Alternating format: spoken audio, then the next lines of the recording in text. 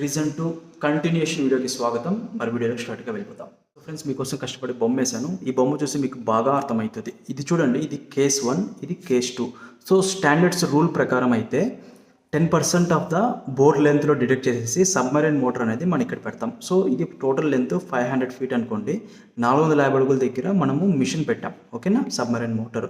So దీనిపైన ఉన్న మొత్తం వాటర్ని మిషన్ లాగేసి మనకు ట్యాంక్లోకి నింపుతుంది, ఓకేనా. ఇది ఫస్ట్ కేస్ 2లో నేను 200 అడుగు దగ్గర మోటార్ పెట్టుకుంటాను అన్న అని చెప్పి అడిగితే మాత్రము, ఇప్పుడు సపోజ్ మనకి ఎండాకాలమే వచ్చింది అనుకోండి, మోటార్ కన్నా నీళ్ళు తక్కువ ఉంటే మీరు మోటార్ ఆన్ చేస్తే నీళ్ళు ఎక్కడి నుంచి వెళ్తుందండి, ఓకేనా. ఇప్పుడు అర్థమైందా లాజిక్?